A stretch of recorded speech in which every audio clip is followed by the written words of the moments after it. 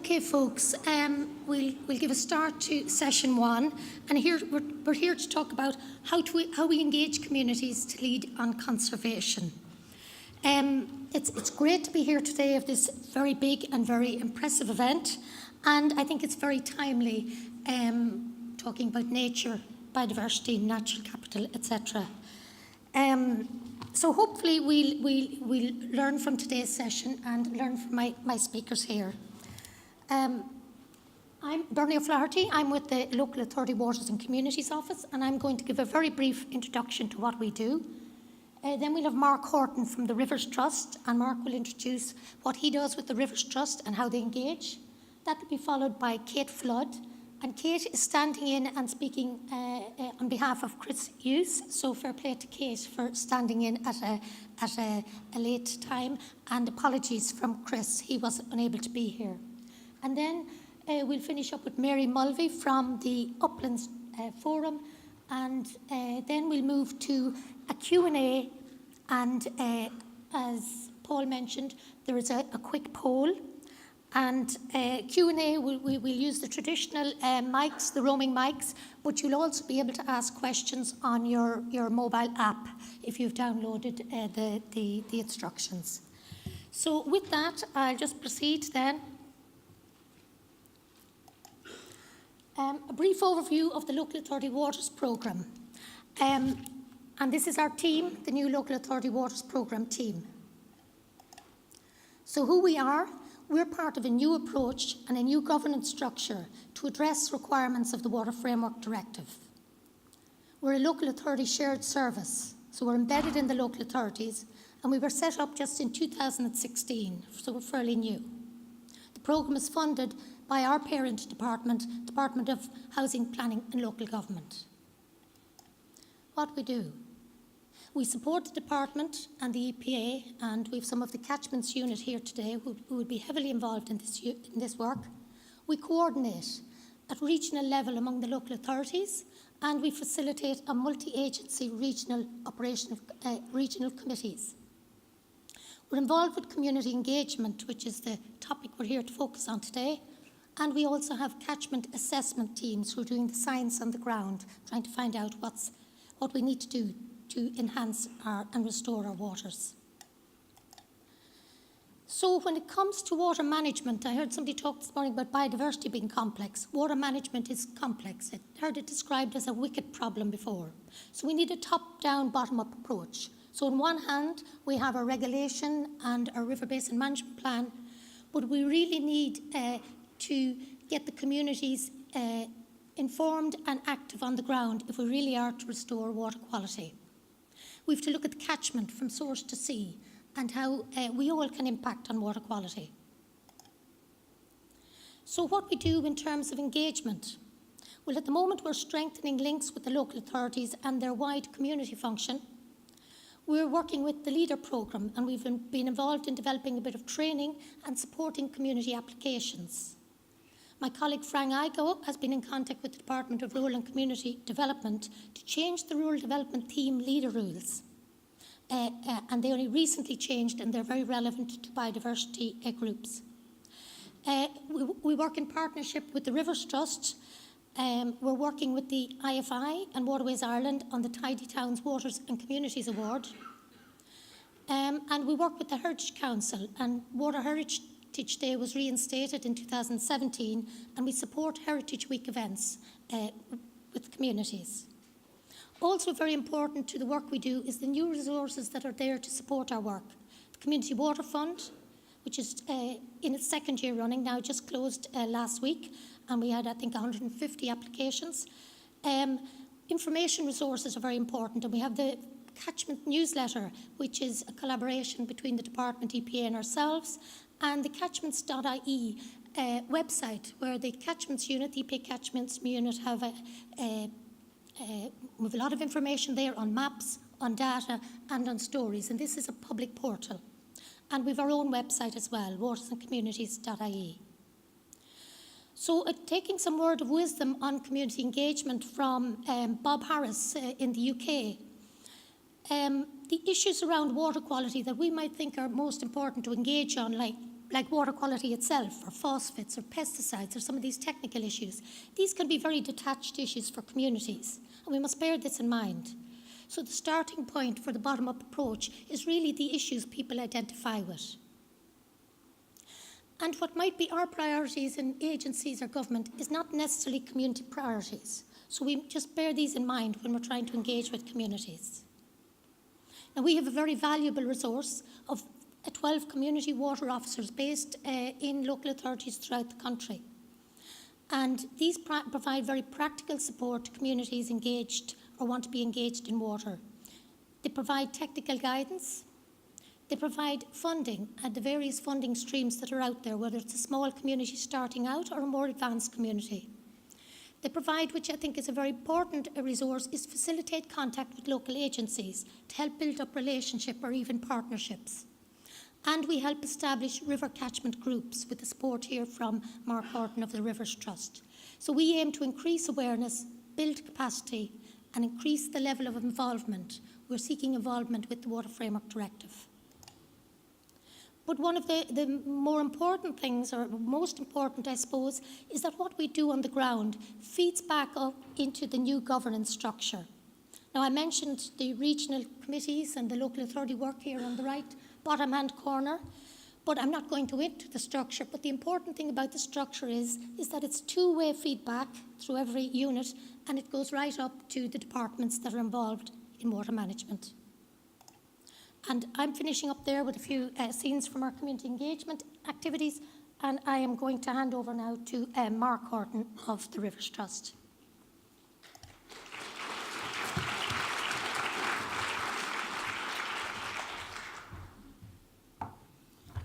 Good morning, everyone. Thank you very much for having me here this morning to talk to you about Rivers Trusts. As Bernie said, my name is Mark Horton. I work with the Rivers Trust, which is an umbrella body, a charity supporting river interest groups on the ground. I also manage Ballinderry Rivers Trust, which is based in Northern Ireland at Cookstown. We look after the Ballinderry River, all of the western shore streams of Lough Neagh and Lough Neagh itself, and it's just one example of Rivers Trusts that are established here in Ireland.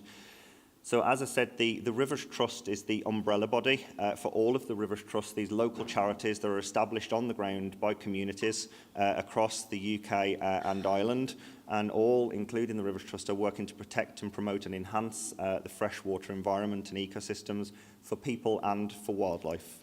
And as it stands at the minute, this is the spread of Rivers Trusts across the entire island of Ireland. You can see that they occupy quite a large area of the landmass, all with similar objectives to conserve, protect and improve the waters, the river streams, water impoundments within their areas, but also to educate the community on the importance of the freshwater environment. And I think what's important to say at this point is all of these charities are established by communities. They're not established by government. They work very closely with government, but they're born out of a community interest and concern for the local water environment. And notwithstanding the number of trusts that are already established, there's growing interest in forming new Rivers Trusts across border in the Fane, Dundalk Bay area, in the Boyne, the Dodder, East Wicklow, the River Lee, the Bandon River, Galway Bay and Corrib catchment, the Owen A and Owen Tucker rivers in Donegal, and also in the River Roe and the Agivin Mucoscan rivers in Northern Ireland. So you can begin to see that if all of those wee triangles were converted into catchment areas, there would be a significant area of Ireland covered by these trusts, all working towards similar objectives and drawing down funding to deliver those projects. And all of these charities are supported by the Rivers Trust as the umbrella body. As I say, there are other Rivers Trusts across the UK, and you can see there on the map of England, Wales and Scotland, there's not much of those countries that don't have a Rivers Trust operating in their river catchments. So although we are all independent charities, we are having a national impact on water quality and biodiversity. And just to note to say that the Rivers Trusts in Scotland have a separate umbrella body, a sister organisation called Fisheries Management Scotland, which we work very closely with. So what are Rivers Trusts? Well, they're all charities established to look after whole river catchments or areas of river catchments. They're all grassroots organisations, so as I say, they're born out of a community interest for the water environment, and we're often described as having wet feet. Now that's partly because we're charities and we've got holes in our wellies, but it's also because we are not lobbying organisations. There are lots of great lobbying organisations out there. We focus on the doing, what needs to be done to protect and improve the water and biodiversity, and often provide some of the evidence and support that lobbyists need, but we focus on the work that's needed out in the catchment.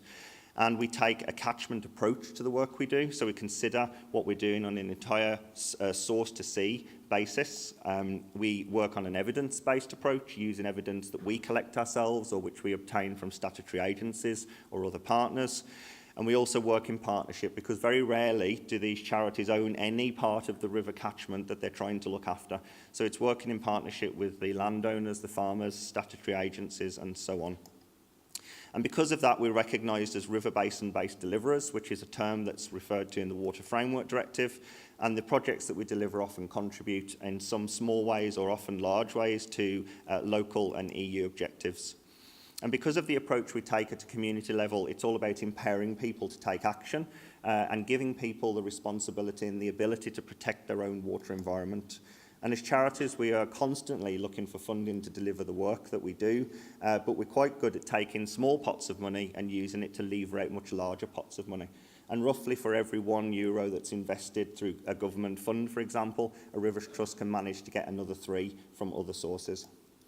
And it's all about an ecosystems approach. And I've heard it said before that managing the environment is really about managing people, and nature can manage itself thereafter. And we've heard that said today already. So how are we getting communities involved and engaging them? Well, first and foremost, there's a lot of evidence in the community, a lot of knowledge about our water environment, things that have never been written down but are in people's minds and memories. And we work with people to tease out all of that information, to build a picture of what our river systems could be like or what they were like in the past, and a vision of where we want to get to. And that's all about talking, it's about communicating, it's about storytelling, and we heard the importance of that earlier.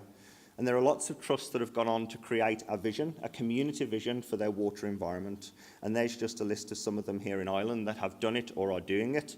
And these visions provide a framework to go forward to apply for funding and to hang the actions on, with the community backing all of those actions and adopting them in many cases to carry them forward. And this leads on to projects that Rivers Trusts are delivering that engage communities directly in the management of their water environment. And one of the examples of this is the Riverfly Initiative.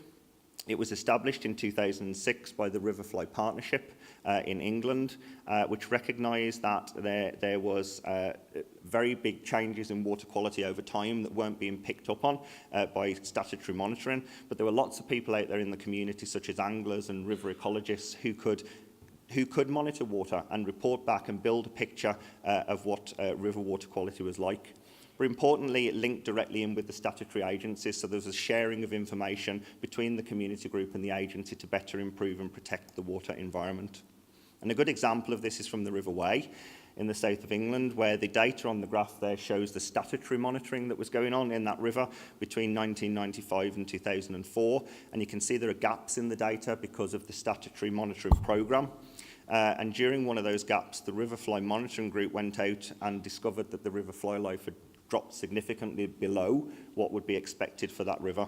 So there was a pollution incident that would have gone unnoticed had the community not been out monitoring the river fly life. So the community are trained up to do kick sampling. They use the same equipment that the statutory monitoring teams would use with the kick sampling net, and they're kicking the bugs off the stones, and they're looking at those bugs to see what they tell us about water quality.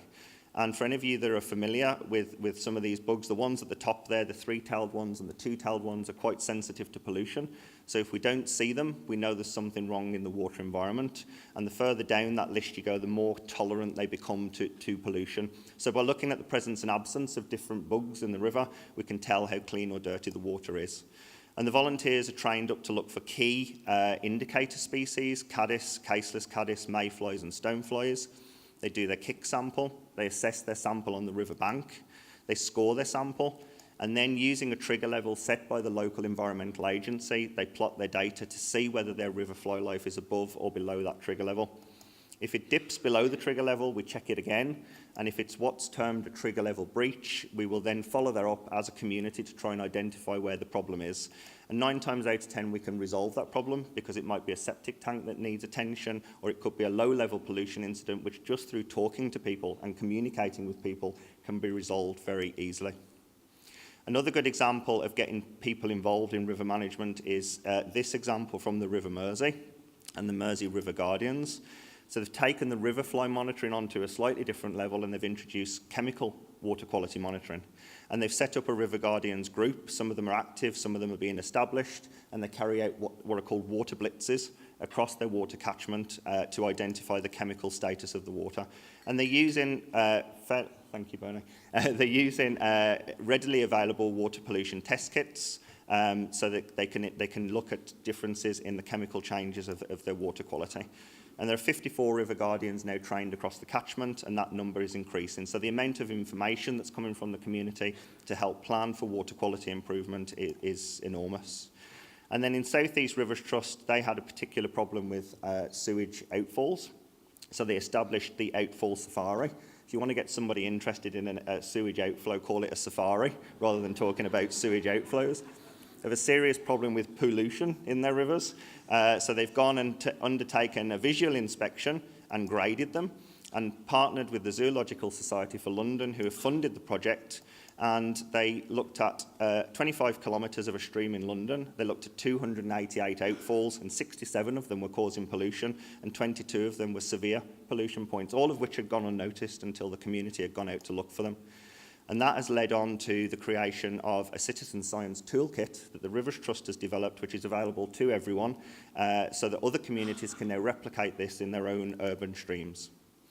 And finally, community engagement is an important way of engaging your community in river catchment management. And there are all sorts of ways that Rivers Trust go about engaging their local community, from the young to the old. A good example is Trout in the Classroom, where trout eggs are put in the classroom for children to watch and hatch in the classroom. And then they take their fish to the river, they name them all, they check the bugs in the water to see how clean or dirty the water is.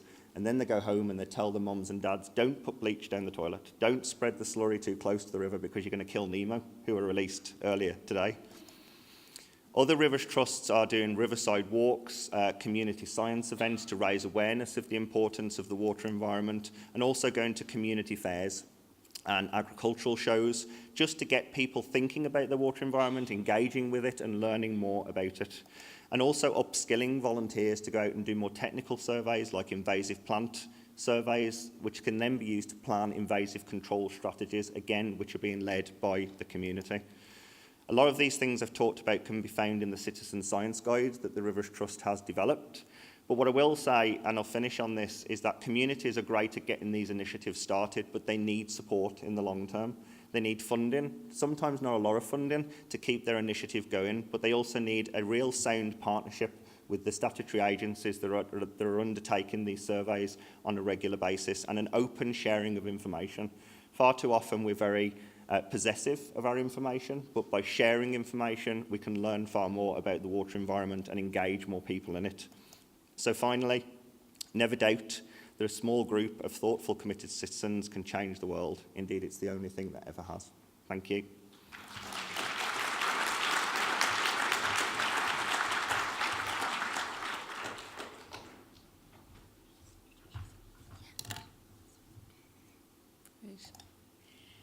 Hello everyone, my name is Kate Flood and I am a member of the Gurley Bog Mehel and also of the Community Wetlands Forum. I'm going to talk to you today about the Abbey Leaks Bog project and the forum as well, and it's just fantastic to see all that work going on in the rivers of Ireland, and I suppose I'm going to talk to you about the same stuff happening at the peatlands of Ireland.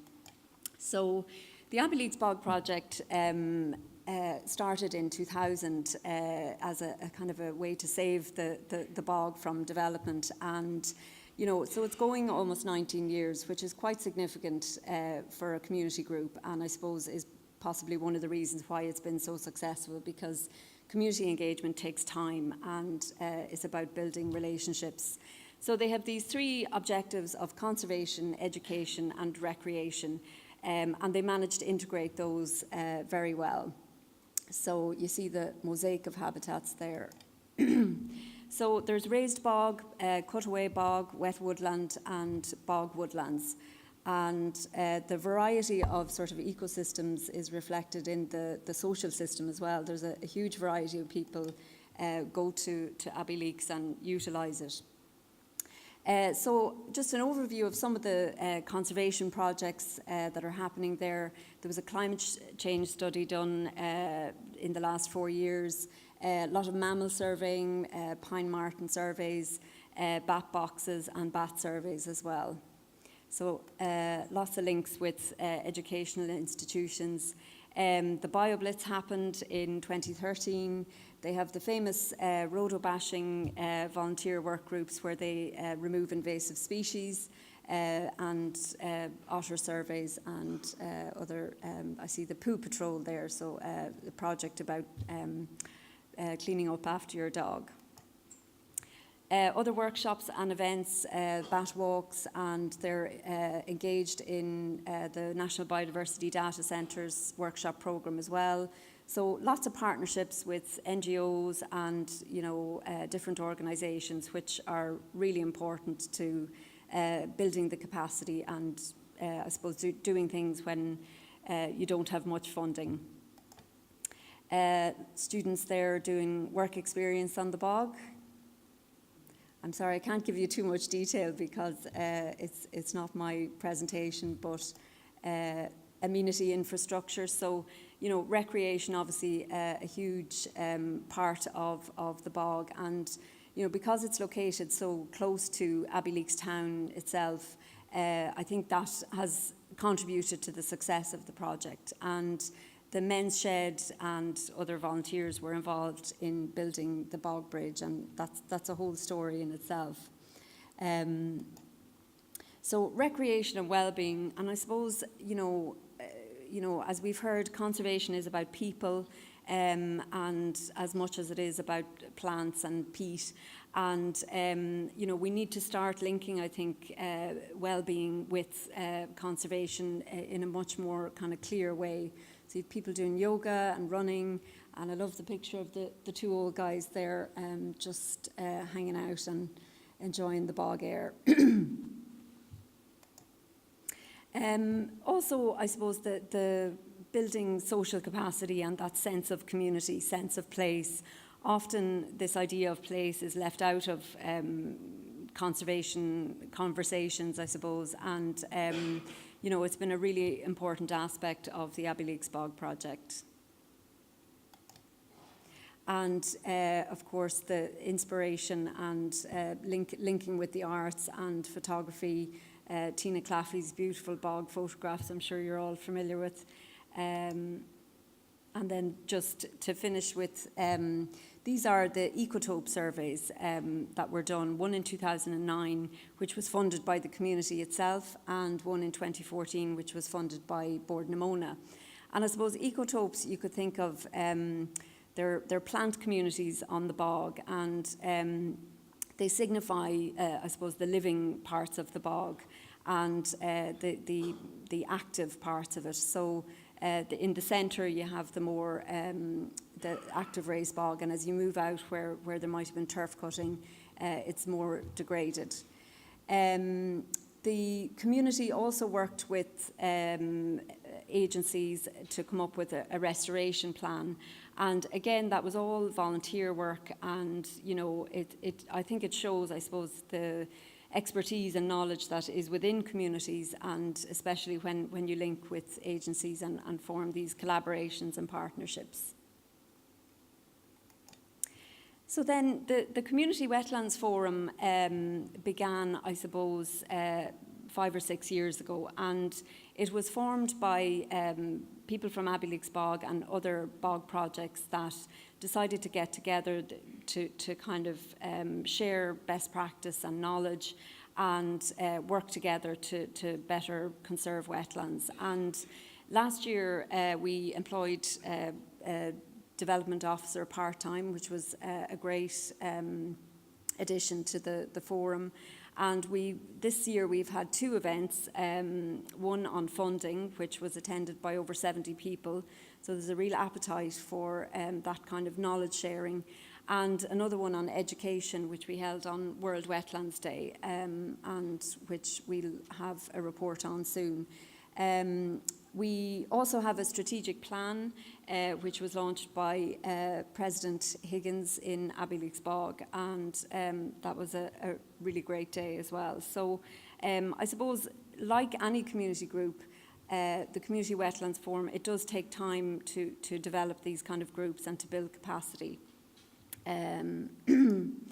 But we've gone from those kind of 3 or 4 initial members to over 18 or 19 communities now involved in bog conservation and conversations, and you know, I think there's certainly appetite for more as well.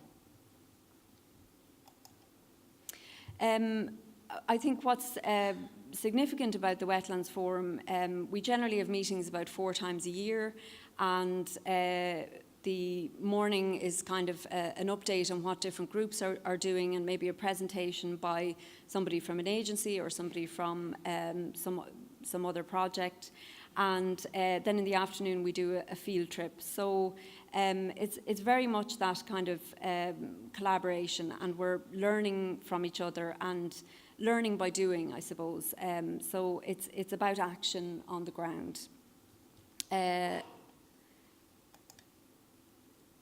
And I'm sure some of you are familiar with Aldo Leopold. He wrote some wonderful essays on conservation back in the 60s. And I suppose really the key message here is this idea of, you know, we are part of nature, we are part of that community of nature. And I suppose for too long we have seen ourselves as apart from it. And, you know, this move towards kind of integrated management and linking natural and cultural heritage, I think is you know, becoming more and more evident.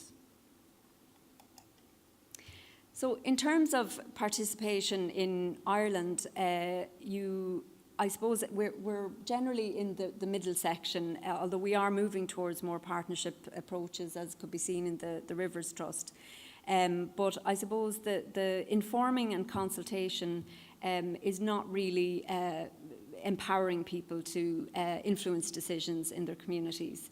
And we need to kind of be moving more towards that model. As lots of people have mentioned as well, ecosystems are complex systems. And I suppose we need to be looking not just at the ecological and the biodiversity, but also at the social benefits and the social system, because both are complex and both feed into better outcomes for communities. So this idea of sustainable development, so management and human well-being should be integrated. This was a review done about, you know, factors that are needed for successful community groups and sustainable development. And, you know, vision, identity, leadership, social capital, environmental champions, norms, and proper measurement and commitment, and of course, the idea of just transitions, as we heard, and capacity building. So just 1 or 2 things that you need to be thinking about. So I suppose it demonstrates the complexity of doing good community engagement. And I'll just finish with some research that was carried out with the Community Wetlands Forum by Ciara Maxwell. And these 4 points, capacity building, so, you know, that it contributes towards pride of place. And you know, it's not just about funding, it's about advice, it's about sharing knowledge and expertise as well. Integrated multi-agency collaboration. So, you know, what happens at the local scale influences the global scale and vice versa. So you need these partnerships to happen at multiple scales, and collaboration and knowledge sharing. Socially inclusive governance, so the wider governance structure and getting buy-in from the public, and honest, progressive working relationships. So that's how you build trust over, 5, 10, 15, 20 years. And of course, it is a long-term investment, which doesn't always sit well with the political landscape. But that is how you build trust and build relationships for good community engagement. Okay. Thank you.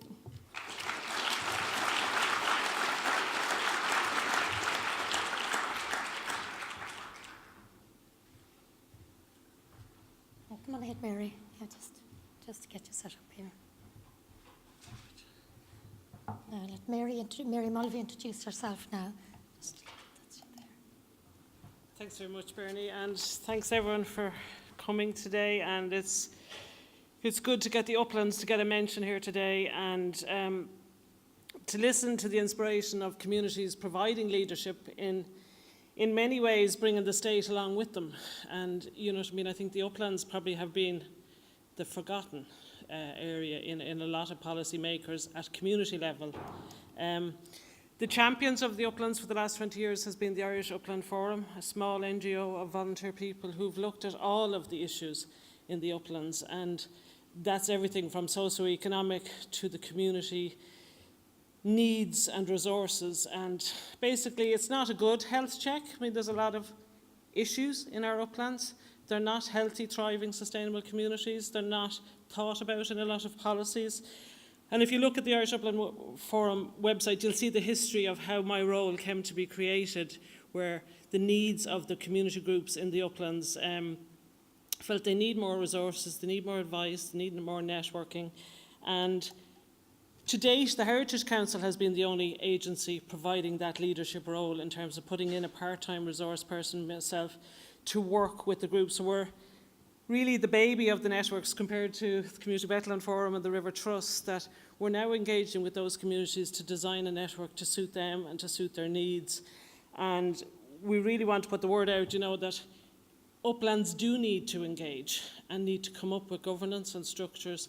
Wicklow Uplands Forum, our council, has been around for 20 years, but our main uplands in Ireland don't have community structures, governance, and oftentimes don't get encouragement. I'm amazed today the word designation hasn't been mentioned very much. And in terms of conservation and biodiversity, the Uplands probably have the most dots on the most maps in all of those designations. And in terms of how that affects farming, how that affects communities, one of the main things that we done in the last year was to host study trips where we brought community groups from different upland areas to other upland areas based on their needs, and everyone shared.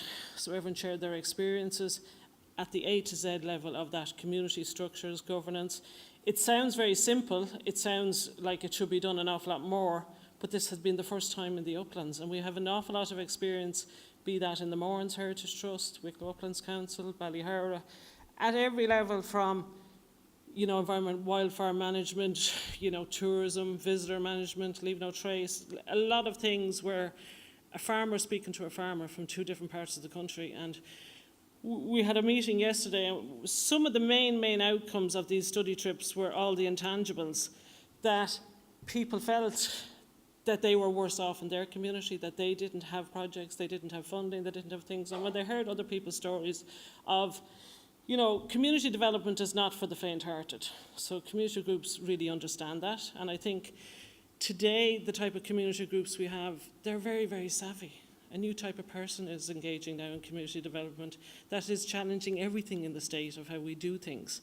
And I think it's very exciting because there's a lot of leadership being provided there where people know what the problems are, they need resources, they need funding, and we need to change a little bit quicker to help those communities if we want people to live in uplands, if we want sustainable upland communities that contribute to our society.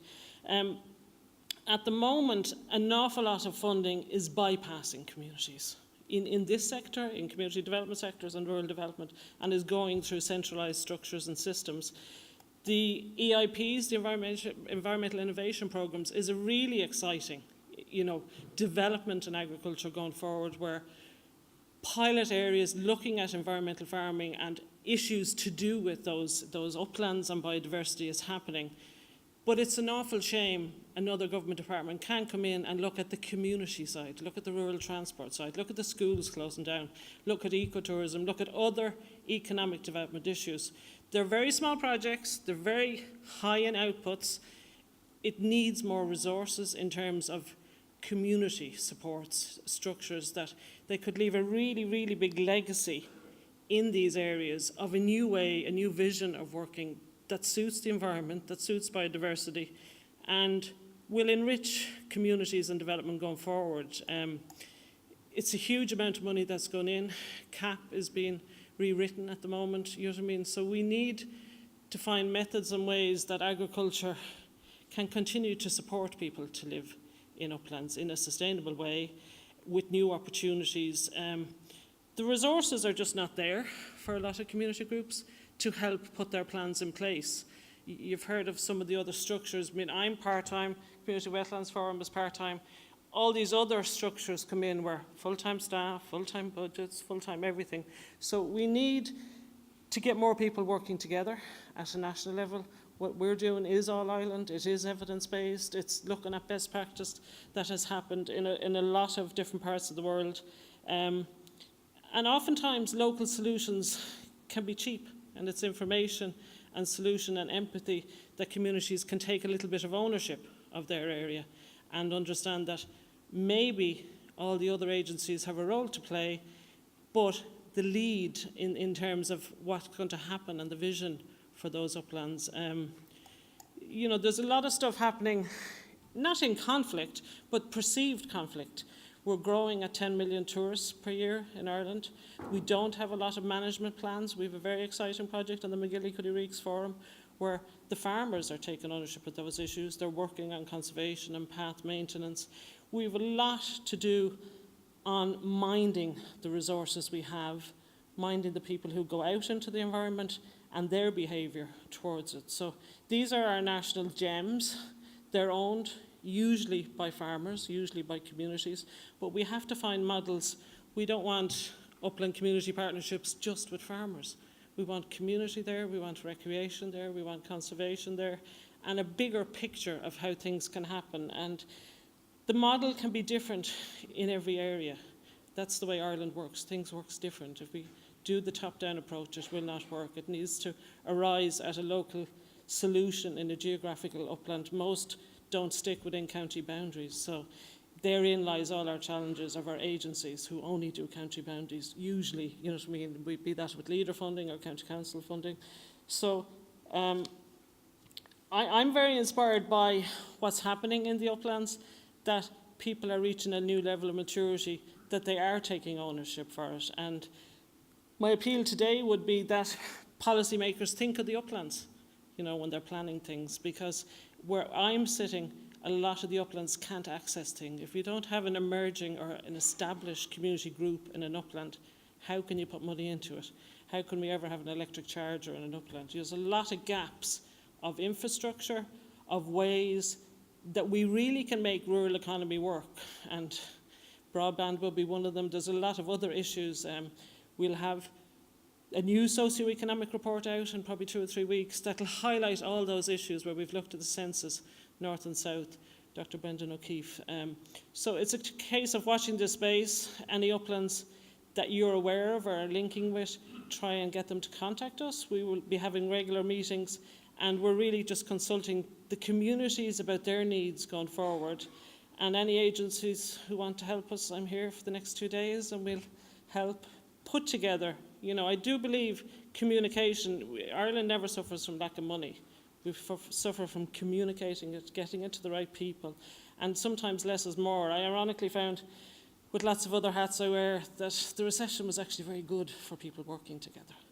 And we're beginning now to move away from that again, of everyone just doing their own projects and things, that we do need someone pulling it together nationally. And even if it's at forums like this, networking works at every level, that people get opportunities to meet people from different sectors. And uplands in general just maybe are, like on one of Kate's slides, are consulted. There's consultations out about a lot of things, but there's not very meaningful engagement, you know what I mean, of the future and issues going forward. So thank you for your time.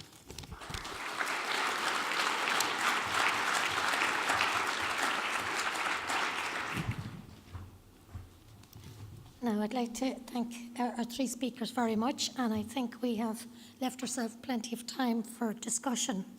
It just struck me there, really, we're at a very fledgling stage when it comes to community engagement, and Mary mentioned there, it's not for the faint-hearted, so it can be quite challenging. But we're off to a good start in certain areas, and it's great to see plenty of common ground here between the three areas. I hope we've open discussion on how we engage communities to lead conversation, and it'll generate some questions for ourselves and for others from the group here. What resonated with me, what Kate said about work with the bogs and it creates a sense of place, and that's very important for people in local communities. And then in the UK, we can learn from the River Trust experience, who vast experience on the ground, and that's where we're basing a lot of our learnings from. What's worked well elsewhere, let's try it here. But we do know that often the Irish situation needs its own model to fit in. And just struck by Mary that the uplands are a little bit neglected, and we'll all keep that in mind in the work we're doing in future. So with that, I just want to remind everybody, I presume you've logged into the Slido, and that you have the hashtag there, link in, and that you can answer the poll. There's a poll there with a question. What is the best way to engage communities? And perhaps you would add your contribution there. And at the end of this session, our IT people will show the poll up here on the screen, the results of the poll. Is that okay? This Slido is, if I remember rightly, it's www.slido.com, and the code is there. Oh, the code is hashtag BIODCON19.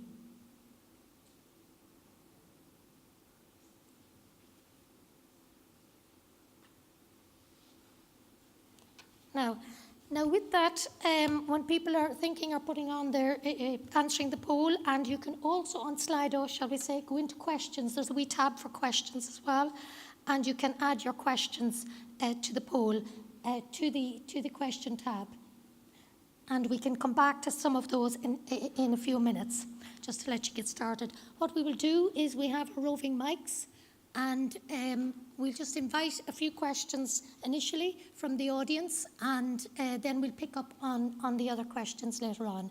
So I'll invite questions from the audience. And perhaps you would say who you are and what organisation or where you're from, and maybe who you would like to address your question to.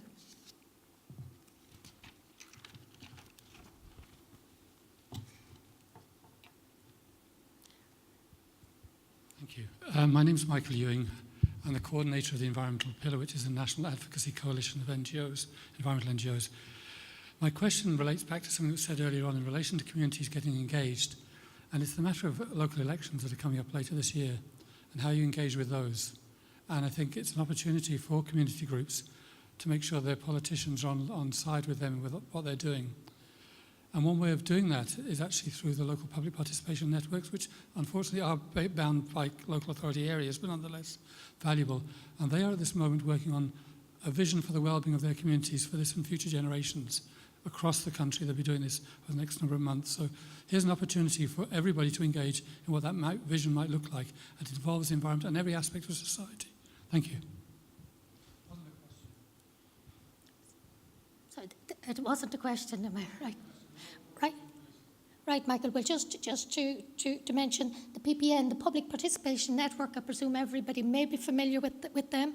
I just know from our own experience in the border counties, environmental groups aren't really well represented as yet. It's a new area. It's an opportunity for anybody who is involved, and certainly it's great to see they're creating a vision. As far as I know, in some areas, individuals can join a PPN and go along, and it's where any new plans or that are out for consultation are being brought to the community, and then it links in with, as you say, the local authorities and the elected members.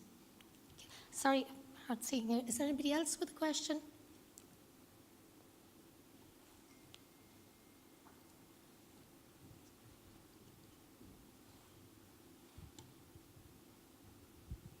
Hi there, I'm Annabelle Smith from Trinity College Dublin.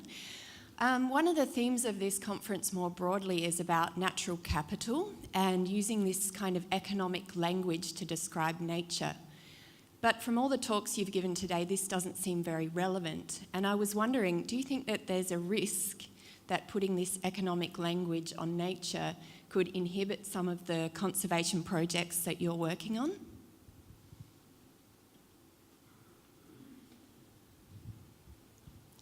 No, we'll just... Yeah. Yes, I think at a local level and community level it's not understood, and it's discussed a lot by academics, do you know what I mean? But we haven't never translated it to, is it happening, when's it happening, when will it ever happen, you know what I mean, from that point of view. So in a way it's nice fancy words and greenwashing in terms of, because if there isn't a plan of it actually happening.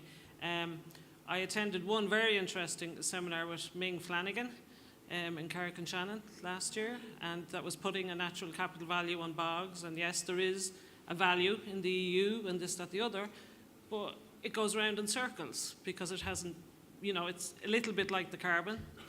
You know what I mean? That it's abstract. It doesn't make sense to a small farmer who wants to know, where am I going to make my money for the next 10 years? Am I going to have a job on the farm or not, or off farm? So language is hugely important, and biodiversity is the same. You know what I mean? Nature works, when you do training, when you engage with people, the same as on the bogs. You know, people have a different language, and sometimes it's our Irish language, the townland and the names and the real connection to place and what's happening. So it's a communication issue I think we do need to change. You know what I mean?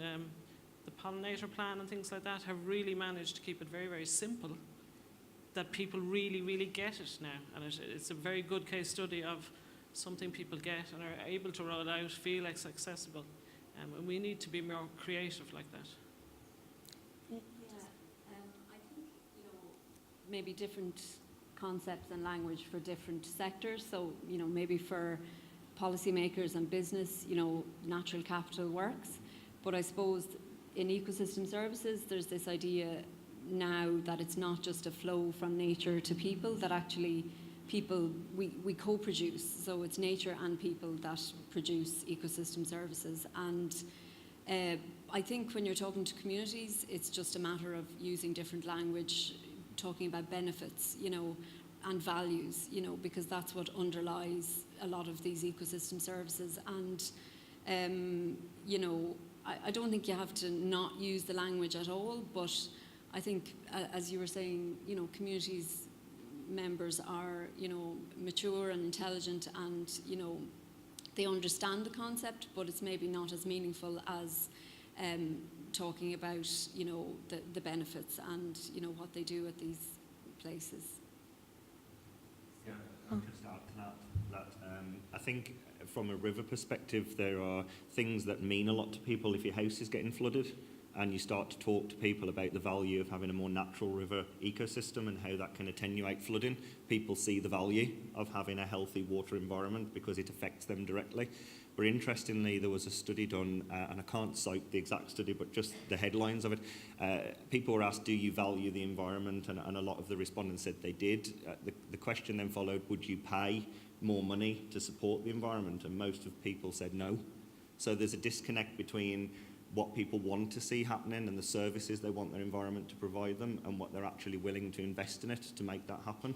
And until we actually start demonstrating to people the true value that it brings to them as individuals and their families and their communities, we're not going to have that kind of circular economy in the environment. And so that economic ecosystem services argument kind of wanes away at the community level, and people want to carry on doing the litter pick so they see less litter, or they want to do the river fly monitoring so they see less pollution.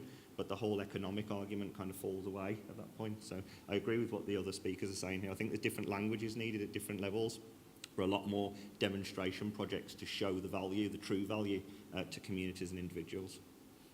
Okay. I'm going to switch now to the Slido for questions. And Mark, when you're in the hot chair there, so the first question up there is for the Rivers Trust. What was the most difficult part in getting communities engaged in your river projects? Ooh, okay. The Rivers Trust is an umbrella body that supports groups on the ground who want to form their own charities at a local level. So we're, as the umbrella body, we're not really trying to get the community involved in the projects. It's the local trusts that do that. And because they are local charities based at a catchment scale, they're very good at engaging with all sectors of the community. And as they establish themselves as Rivers Trusts, they actually try and get as many people involved in the managing and running of that trust, as well as engaging with the wider community and their catchment. But very quickly, when you provide opportunities for people to get involved in projects like river fly monitoring or doing the outfall safaris, people see this is something they can do that's meaningful, that they can really get involved in, that can make a difference in their community. And it's not difficult to get local people involved in projects that are having a positive impact on their own environment. So really all credit is to the actual trusts themselves on the ground who get their local communities involved. The Rivers Trust as the umbrella body supports them in doing that, but we're not actually trying to get those people involved. It's the local trusts that do that in their own catchments. Okay. Have we a burning question for the audience here? And we'll tip back then to the Slido.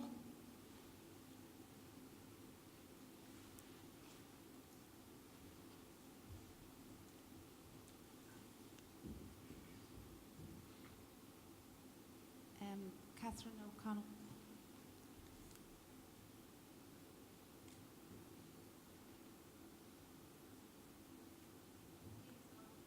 Okay, hello. Yes, sorry. Catherine O'Connell from the Irish Peatland Conservation Council. I think it's probably sort of a complaint that I'm going to make, but every speaker has spoken about the need for when communities form, that they need supports, financial, maybe for projects that they've designed and come up with, and that they're anxious to get going. But I think this year, certainly ourselves, we've been informed that the Heritage Council have withdrawn, or they're just not having a management fund this year. So, you know, it's sort of, yeah, we're all talking about how we can get communities engaged, and certainly in the course of my life with Peatlands, I've seen so many communities are now ready to get going, and this is a dream. This is the vision we wanted 20 years ago. We're here, it's now. It's like what the minister said, take the action now. But the first thing we do is cut a major source of funding and a scheme that provides an awful lot of awareness as well. So I don't know if anybody has any comments to make on that, but how do communities work backwards and get the agencies and the government to listen to them and to support them? That's another problem.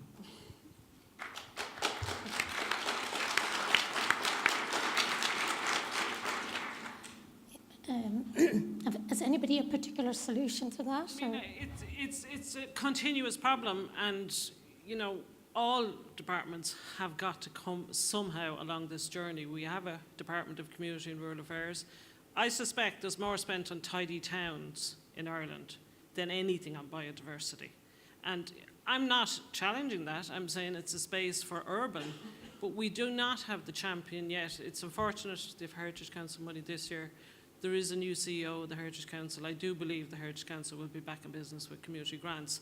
But this is the year for some other agency to step up and say, there's demands here, it's a once-off.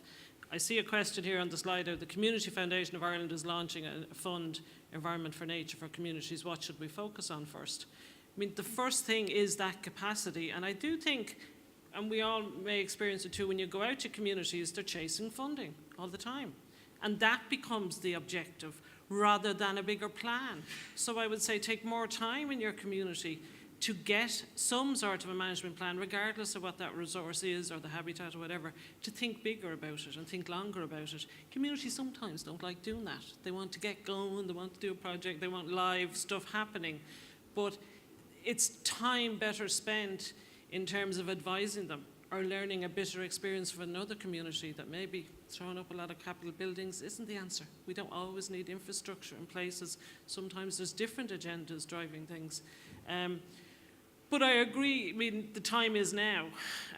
You know, crowdsource funding, you know, I see a lot of community groups who are saying, sometimes applying for it isn't worth it. I'm not saying from the Heritage Council, or not saying from any particular body, but we had a network meeting, or I've heard it at different stuff, where X group is actually quite easy to work with and to get your money and to draw it down and to this, that, the other.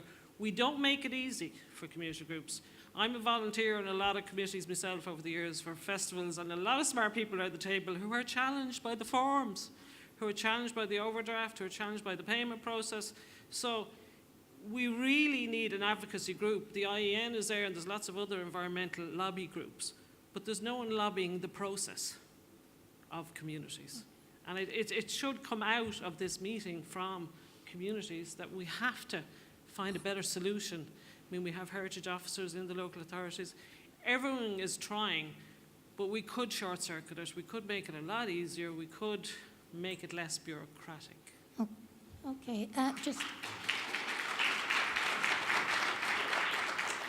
I think there's people taking notes on the questions, and I think that's a topic that probably needs to come back to, because in discussions with others, it's a problem. I'll just take a quick comment from Mark on that. Mark, you want to come in? To add to that, an experience of Bernie and mine's working in the border counties, there's lots of money available in Leader, for example, and the community groups, who are people who work, they have families, they come home at night and they sit down at 10 o'clock at night to start filling an application form in to do a project, do not have the capacity to fill in these forms and then deal with the process afterwards. And we're aware of millions of euro that are sitting unclaimed, and they're going to be rediverted to other projects that are nothing to do with wildlife or biodiversity, simply because the capacity is not there, not because the will isn't there, not because the project ideas aren't there, just because people can't fill the forms in and get the money and manage the project. So I agree entirely that the whole process has to be simplified in order for us to realise the benefits that can come from all of these projects. And the other thing that is never measured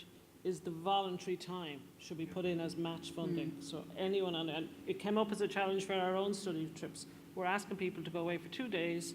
Someone filled out the form, someone put effort into it. We need to have that as a matching capital to respect the value, because you can't pay for it. These are the experts in those communities who really, they're there for the long haul, long after projects disappear, because projects do disappear in funding streams. Okay, well, there's messages there for any of the advocacy groups in the audience, and possibly any of the government agencies. I'll just go to Slido for another question now to see what's going. I'll go to number 2 there. How do we turn voluntary environmental community work into employment? That's an interesting one. Does anybody want to take that one up? Well, I suppose from the Rivers Trust's perspective, the Rivers Trust set themselves up as companies with charitable status, and they aspire to employ project officers, and that is heavily dependent on funding. But if you look across the whole Rivers Trust network, across the UK and increasingly now in Ireland, there are project-based employment being created, and project officers who are coming from highly skilled backgrounds to deliver projects. But it kind of follows on from what we were just saying, that it's an issue with continuity in funding, where you can have a staff resource employed through a project and then you lose it because the project funding has gone, and you lose all the knowledge and all the connections that came with it. But certainly there are opportunities to create employment through the likes of Rivers Trust and charities that are delivering funded projects. I think particularly in the natural environment, the opportunity for guides and guiding, where, I mean, there was a farmer here, an award winner, Tommy Early, and if anyone hasn't been on his farm, he's better than any tour guide anywhere in Ireland. And I think often when I've worked in ecotourism, people are fearful that they can't be a guide, they can't be an expert, they can't be anything, you know, in terms of sharing what they have in a locality, whether it's a bog or a mountain or whatever, that they need the Falch Ireland guiding badge, they need this, that, the other. A lot of people could create opportunities there. Airbnb are selling experiences, and last week Visit Britain decided they were going to work with Airbnb to make better experiences in the urban area. So it's doing it on accommodation. It can happen in other areas, same with TripAdvisor and different stuff, that people want to meet local experts when they come on a holiday. But I do believe on the conservation side, there's opportunities for community groups to pay for training, to exchange their services. But again, our lovely funding rules sometimes will penalise a group for taking money for doing something like that. You know, so we do need to change how we operate the funding models to be flexible. My experience is that it's very hard actually to change voluntary work into paid work. You know, like something like the trail monitoring that we are doing at Gurley Bog, you know, there was talk of getting outside consultants because you can't pay you know, the volunteer because of insurance or because of various different things. So, you know, there's huge challenges for it as well, trying to get it to be paid work. Okay, I think there's a lot of information there for funding mechanisms and how they could be improved. And I do think from our own experience too, that practical support for communities, or better still, being able to take on people if they get up to a size where they can build that capacity, it would be very useful. There's another question here that has got 11 likes, so I better be modern and use the social media. Does a website or other resource exist which has compiled info on all Irish community conservation groups to encourage cooperation across areas?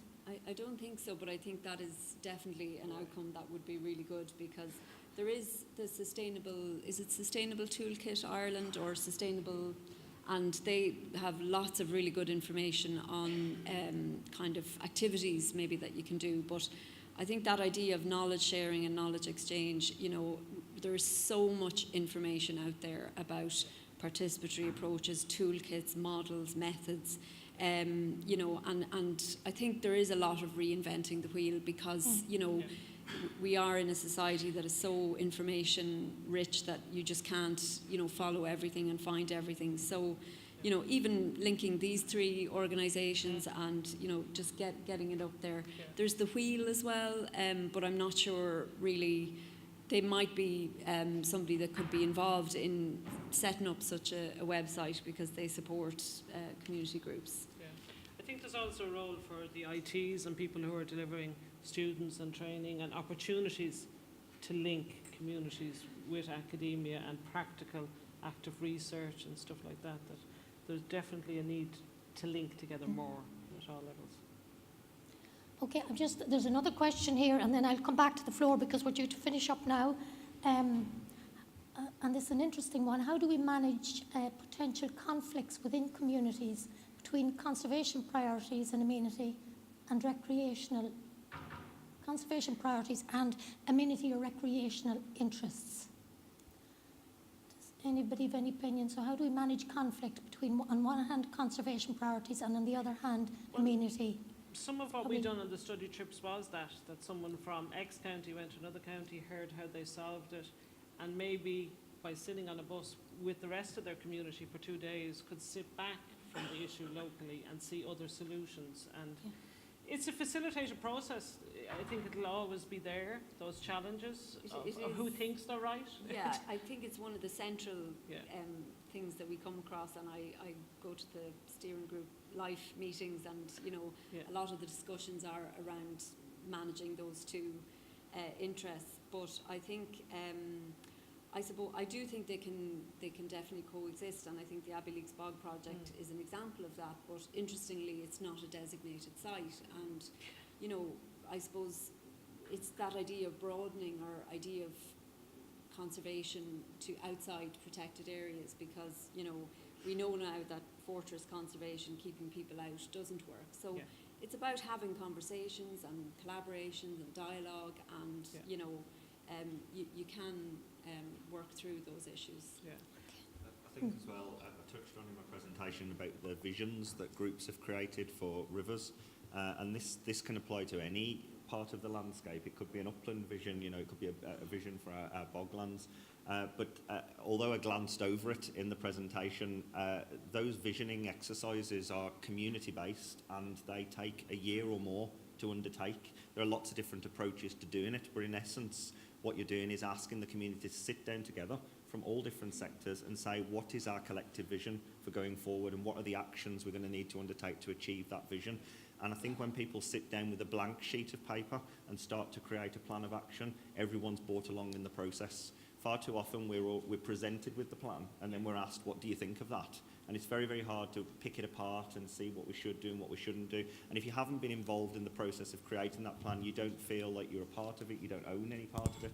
Whereas creating a community vision, a collective vision, can overcome a lot of these conflicts. Because in my experience, having done this visioning process now in a couple of river catchments across Ireland, sometimes those conflicts are just perceived.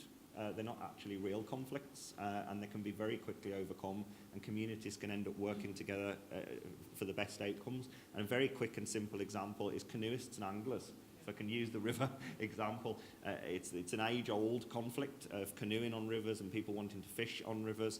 And what we actually found on the Ballandare River, the river that I work on, is that the anglers and the canoeists were actually using the river at slightly different times because of flow conditions, and they actually ended up working together. And the canoeists took the fishermen out to reach the litter from the branches in the trees that they couldn't reach on foot. So they ended up becoming a team. So, you know, it's through that community, collective visioning process that you can overcome a lot of these I think conflicts. also in the past, some environmental groups have done a lot of damage. So that perception and negativity of telling people what to do or the methods of communication, you know, in terms sometimes hasn't helped. Do you know what I mean? But I think basic awareness that a lot of communities don't get, basic environmental awareness, or, you know what I mean, to understand some of the complex issues, or understand the visitor management issues on a mountain, or understand, we haven't talked about climate change today, everything is changing every 6 months. So the hydrology, the actual physical environment is changing so quickly. Okay, I'm conscious of this conference keeping very good time all morning, and I don't want to be the first one, but I will take, if there's one or two burning questions from the audience, and then we might close up. This man at his hand over here. Will Woodrow from Woodrow and the Chartered Institute of Ecology and Environmental Management. Just to come back to an earlier point about funding, just to make a point really that Heritage Island 2030, the submissions for consultation is closing on the 28th. Now is the opportunity for everybody in this room and everybody at this conference to make a submission and highlight issues if funding is lacking. And you know, if there's a big enough voice from people here, then realistically it can't be ignored. So I'd certainly encourage that. Secondly, I was going to ask a question about when you're working in especially rural catchments, rural areas, and you're getting people out on the ground, whether it's river monitoring or whatever, or you're developing a vision for that area. How you, and especially if you're talking about trying to promote land use change, if that is the option, how you avoid finger pointing and blame, and how do you have any, you've spoken about this a little bit, but how do you bring everybody on board, including the landowners, including the householders and things? I know you said it's a facilitated approach, but do you have any nuggets you can offer us? Okay, thank you. Mark, I might just throw that one at you, if that's okay. I think the last thing you want to do is point blame at anybody. We're all responsible, I suppose, for the environment. I mean, again, from the Rivers Trust perspective, first and foremost, as community-based organisations, we will try and work with the members of our local community to resolve the issue. So if we see a septic tank that's discharging into a river that isn't working properly, we're not going to phone the EPA or the Northern Ireland Environment Agency and report it straight away. The first thing we're going to do is knock on the door of the house owner and bring that issue to their attention and help them to try and resolve it and point them in the right direction. So it's all about working with people and bringing them along in the process. And we have actually had farmers who have since become river fly monitorers on the rivers, having become aware of an issue that they've had on their own land, because they don't want their cattle drinking polluted water. So if people understand the impact it's having on them, as well as their wider community, they're more likely to put the problem right, and they're more likely to get involved in the long run. I would advocate education over prosecution every time, and I think it brings about a more long-term advantage for the environment. Thank Thanks, Mark. I'm just after getting a strong signal, so apologies if we haven't got to all the questions, and I know there's more questions in the audience, but maybe you'll meet some of us afterwards around today's event. We're throwing up here, this is the poll. What's the best way to engage communities? And this is the result. I think that'll take a bit of study by the organisers. I'm not going to interpret it straight now, but I'd like to just thank my speakers once again, and I'm sure you found them very informative, and best of luck with the conference today, the rest of the conference. Thank you very much.